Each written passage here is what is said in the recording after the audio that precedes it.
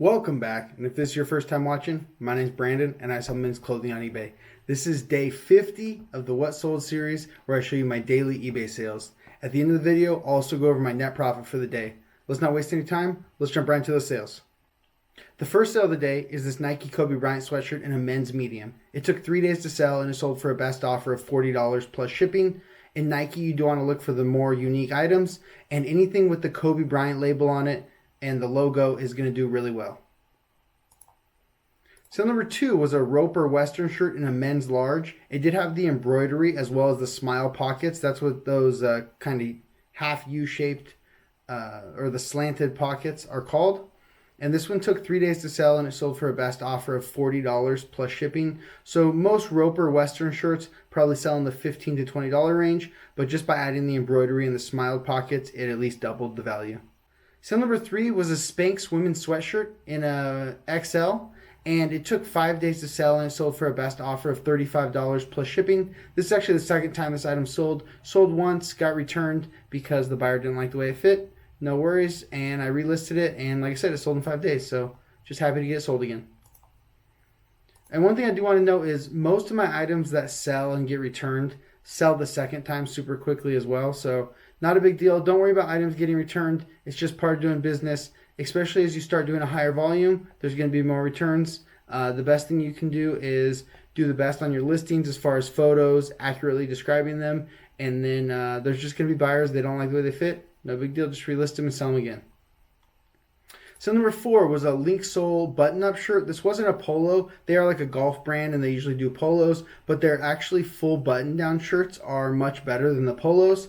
This one sold in 31 days for a best offer of $14 plus shipping. I have sold these closer to $20 before, but I let this one go for $14.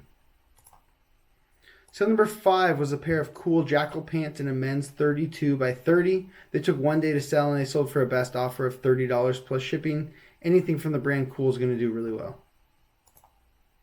So number 6, an Abercrombie & Fitch. It's called the Sentinel jacket. It's like this military jacket with all these pockets on it. This one sold in 3 days for a best offer of $45 plus shipping, and this was even in not a great size, a men's small. The Abercrombie & Fitch stuff that has like the military look to it always does really well. Sale number 7 was a Nike Tennessee Titans, and this one sold in 2 days for a best offer of $25 plus shipping, and the buyer messaged me afterwards, told me how happy they were with it, and I always love to get those messages.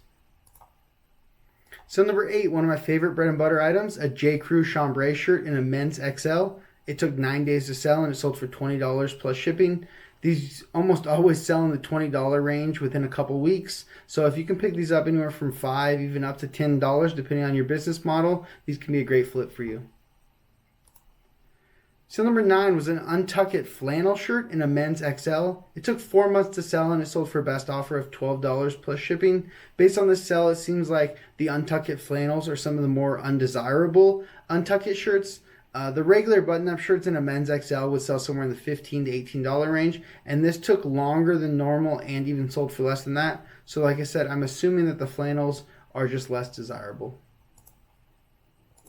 Sale number 10 was a vintage Banana Republic Safari leather jacket. It took 7 days to sell, and it sold for a best offer of $75 plus shipping. The vintage Banana Republic Safari stuff can do really well, so keep an eye out for that. But most of the regular, especially the New Age Banana Republic stuff, doesn't do very well.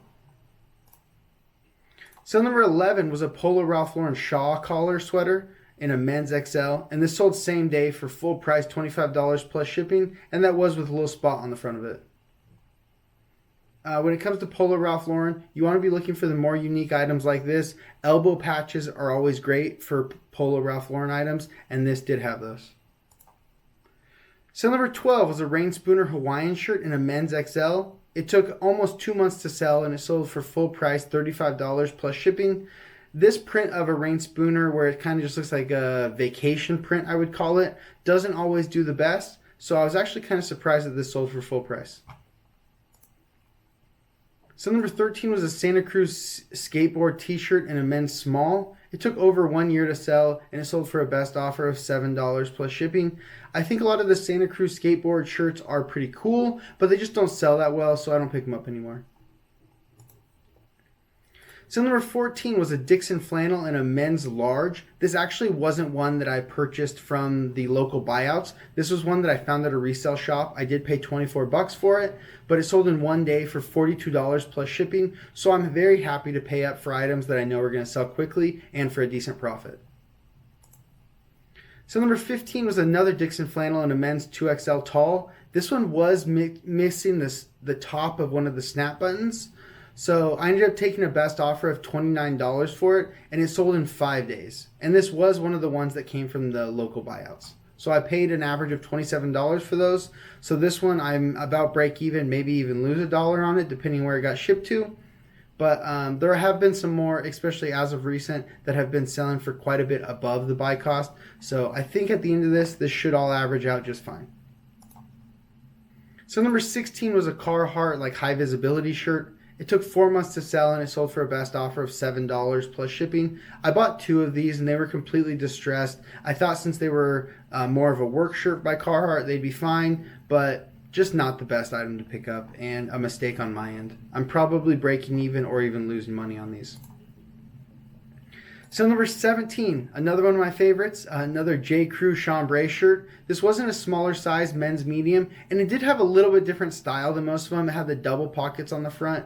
Almost look a little bit more Western style, but this one took 18 days to sell, and it sold for a best offer of $16 plus shipping. This is probably the low end of what I would sell the J. Crew chambray shirts for. I usually like to stay closer to that $18 to $20 range. Sale number 18, the final sale of the day, also the best sale of the day, was this pair of vintage 70s Wrangler corduroy pants. And they were the flare leg. They also were still dead stock with the tags on them. And they did take a while to sell. They took 8 months to sell, but they sold for full price, $80 plus shipping. I remember actually picking these up from the Rose Bowl flea market, and I paid about $15 or $20 for them. So this was a great flip. But that's it for the sales. Let's go ahead and jump into those numbers. On October 20th, we sold 18 items for a total gross sales of $768.10, giving us a very high average sale price of $42.67. This is much higher than average, but it was still lower than yesterday. So we should have a decent sales day, but not quite as good as yesterday. As you know, the selling costs and the net sales are always inaccurate. Let me show you guys what they really are.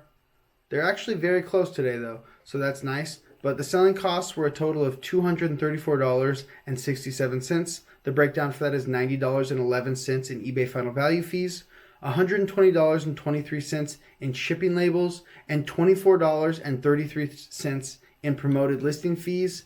12 of my 18 sales came via promoted listings today, and I'm happy to pay any fees associated that come with those, so I promote all my items at 5%.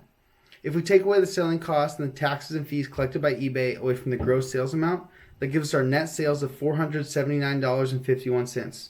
We still need to take away our cost of goods. I'm currently using an average cost of goods of $13.21. So for 18 items, that gives us a total cost of goods of $237.78. If we take that away from our net sales, it gives us our net profit of $241.73. Pretty close to my average. A very good day. I'm happy to have it, and let's just keep on trucking to the next day. That's all I have for you guys. Thank you so much for watching. I'll see you tomorrow for day 51 of the What Sold series. Peace.